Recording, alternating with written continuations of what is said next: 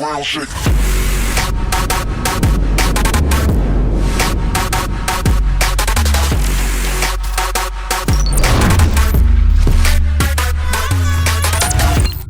Hey, what's up guys? It's Brian here, Brian's Lawn Maintenance. Hope you guys are doing well.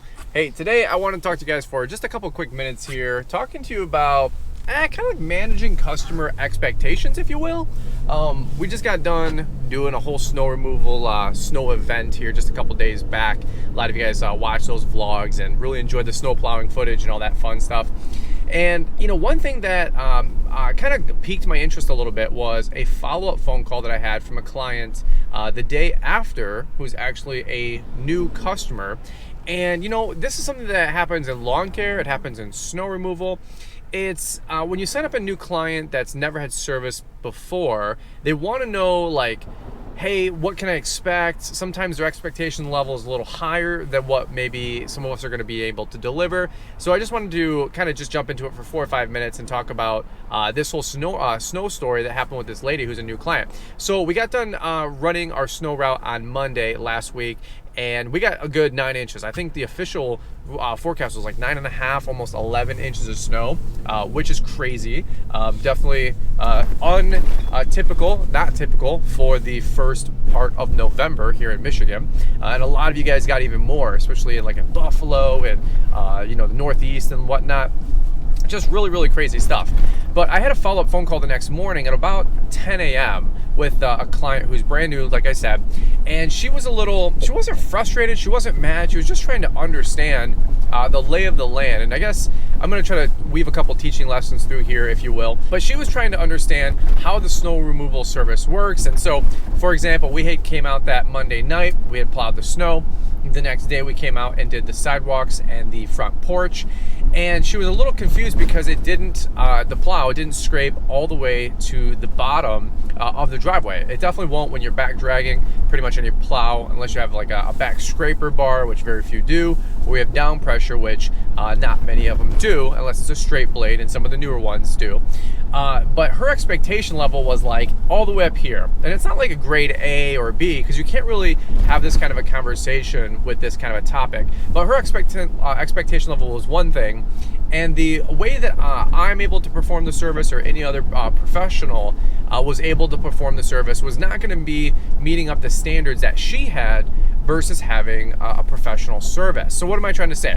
You know, let me ask you guys this. Have you ever had the customer that every time you get done cutting grass, there's always something wrong, right? You missed something, or they just don't like the way the finish was, or you're too tall, you're too short on the cut, or you know, they just didn't like the design, the direction, or you didn't blow the clippings good enough. Well, it kind of happens in snow removal too. For example, while we were plowing, and again, we had wet cement, and so the bottom layer was super compacted, you know, tire marks in the driveway, super compacted. And so her driveway was pretty much a sheet of ice. And then the next day we had real field temperatures in like the low to mid teens and 20s. And so it just became a sheet of ice. And so here's something that was really interesting, is that she thought that our service would scrape all the way to the bottom. And this is just a little bit of miscommunication. It's not really anything on my end, but I spent about a half hour on the phone trying to elaborate this whole, hey, here's what we actually do versus maybe your expectation level. And she goes, well, every time I use the shovel or the snow blower, it gets all the way to the surface, and you know, it's usually wet. The driveway is wet the next day because it goes all the way down and it kind of burns off or melts off. And I said, yeah, you're totally right. I totally agree. That's how it would work with something like a plow or with a snowblower. And I said, yeah, you're totally right. That's how it would work with a shovel or a snowblower. So here's the deal. It was a younger lady that was just trying to get the lay of the land of our service. And here's something that I'm just trying to tell you guys, that sometimes we might have different expectation levels. Neither of us are right, neither of us are wrong, but sometimes when you're hiring somebody on who's never had a lawn service before or a snow removal service before, you just might need to take a few minutes to educate them. Now, she wasn't complaining, she wasn't like overly whiny or anything like that, because I did give her an out at the end, which I'll talk about here in a second. So what happened was, we did our snow route on Monday night, we did our tidy ups by about 1 o'clock on Tuesday, and she gave me a phone call, I think Wednesday morning, it was yesterday morning, and she goes, well, you know, everybody else's driveway is wet or to the cement, but mine's not. And so imagine this, she's in a whole subdivision with Gen Xers, okay? And so here's a little bit of a rabbit hole. So this is a $250,000 home value subdivision, nice subdivision, great people over there, just super nice lady, super nice subdivision of people. But there are a lot of like old school people that, you know, if something's broken, you fix it. If something's needs repair, you fix it. You, heaven forbid you take it to a mechanic, heaven forbid you take it to a machine shop or a repair place, like whatever it is. For example, I had a customer there once, and he was no longer a customer because I can't deal with that level of perfection. The guy was changing his battery on his car, and he was like removing the solenoid out of it. I don't even know what a solenoid is. And it's like the metal cap where the charge comes through with a wire that's sticking into the battery with all the battery acid. It was just the most bizarre thing. And I go, hey, let's call him Bob. Everybody's a Bob. I go, hey Bob, what are you doing over there? And I go, dead battery or something? And he goes, you know, Brian, I'm changing the solenoid. It's preventative maintenance. The thing was rusting out or whatever he said. I go, all right, cool. I said, hey, you know, you can just get a brand new battery for about $100 or so, right? And he goes, this is exactly what he said. He goes, you know what, Brian? There's just something about being self-reliant and being able to take care of things on your own. And I went, okay, dude, you're dipping your hands in battery acid, but if that's what you want to do, rock and roll, Bob. And so that's that kind of client in that subdivision. What am I trying to say? Meaning, when she came home, everybody's driveway had been, you know, shoveled or snowblowed 2 or 3 times, because that's what those older generation type of folks do, and that's how they are, which is cool. I mean, they're a lost art, they're a dying breed for sure. And she was like, well, my driveway looks like the worst one in the whole subdivision. And I'm thinking to myself, like, dude, you got an amazing job. I had an amazing schedule. Like I'm always interested in learning and getting better myself, but her expectation level was just so high. So I had to educate her for about 20, 25, 30 minutes, which is way longer than I should have, to give her this proper expectation level of like, hey, like we're not going to get down to the surface. No good contractor is going to be able to do that unless they have a back blade. No contractors doing back blades on residentials, not many, not around here. They're doing loading docks and larger commercial sites. And so anyway, what I'm trying to say is that in this whole video is that sometimes customers have different expectation levels that what we can perform or what we're going to do. Now we're going to do an A+ job. We'll do a banger job. But sometimes you get these customers that what they think they're hiring and what you're able to actually offer are entirely different, right? And so a funny story is at the end of it, she hasn't paid her bill just yet.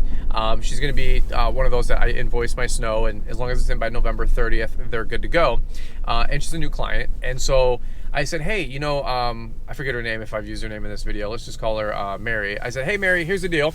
If you don't like the way we're doing service, I just want to give you an out. I said, I'm not here it's not a cash grab. You know, we do this for work, but it's not like we're hurting for it.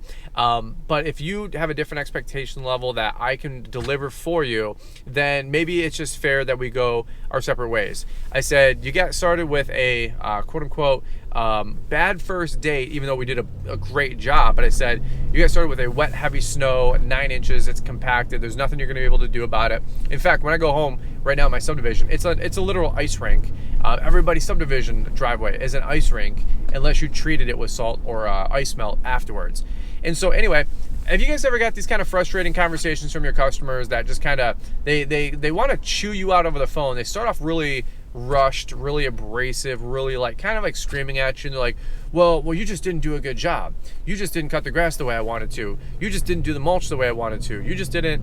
Well, usually that's not the scenario. Usually, and this is like 5 or 10% of your customer base, usually customers have this expectation level that, you know what, you signed up, we're going to do a really, really good job, but I can't get you necessarily lawn of the month club how you want it to look, because honestly, that's not what you're signing up for. This is kind of a boutique service or a mass done service, but sometimes these customers have expectation levels which unfortunately we just can't keep up with. And we did a really, really good job. In fact, I told her, I said, hey, Mary, we did about 30 some driveways yesterday. With all due respect, I didn't have a single person call. A lot of these guys have been with me for a few years though, so they know what to expect. And I said, with all due respect, in today's world, what we do is getting harder and harder. The demand for it is more and more. The availability for guys to do it is less and less. So usually I get phone calls where, hey, my guy didn't even show up. let alone the further conversation is, did they do a good job?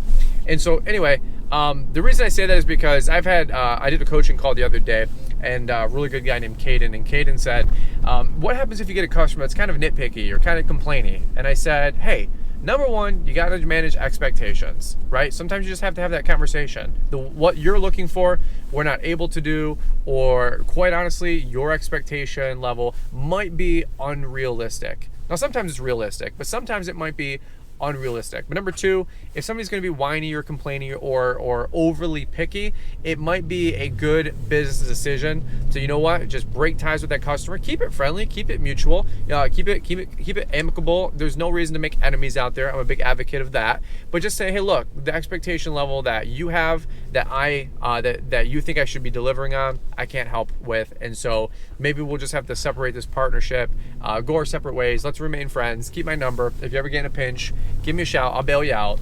But any which way, let me know if you guys have ever had some crazy expectations or customers that were a little overly picky, a little overly needy. Usually, when you hire a good professional contractor, he's going to do his darn well best to do a really good job. Now, I'm not saying we don't have our bozos on our end, right? But at the same point, she was just having this expectation level that was a little high, and I had to just kind of paint the realistic picture for her that, look, what you're asking for is not going to happen with me or any other contractor, and you might want to throttle that down a little bit. Not that you lower your standard, lady, but at the same point is that you're hiring a service. You're not going to get that same level of white glove service that you're going to give yourself when you're using a snowblower or a shovel for snow removal, right, in this example. So anyway, that's it. Over and out. Hope you guys enjoyed this one. If so, shoot a big thumbs up. Just a quick little FAQ style video, and hopefully helps you guys out with maybe customers that are making you stress out a little bit, or kind of put you on pins and needles, or gets the phone call with that customer, gets a little anxious. Hopefully this helps you out with, you know what, sometimes it's you, sometimes it's them, but at the end of the day, try to manage those expectations.